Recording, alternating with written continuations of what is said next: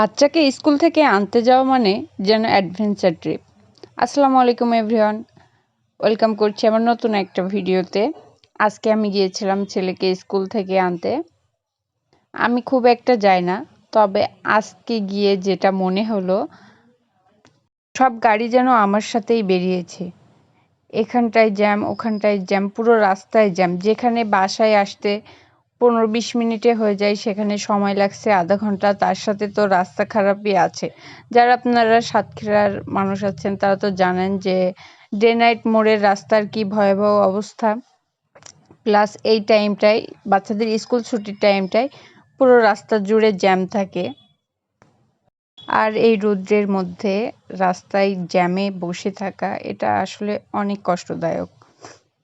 তারপর আর কি, এই রৌদ্রের ভিতরে জ্যাম ঠেলতে ঠেলতে অবশেষে বাড়ির পথে রওনা দিলাম। আপনাদেরও কি এরকম অবস্থা?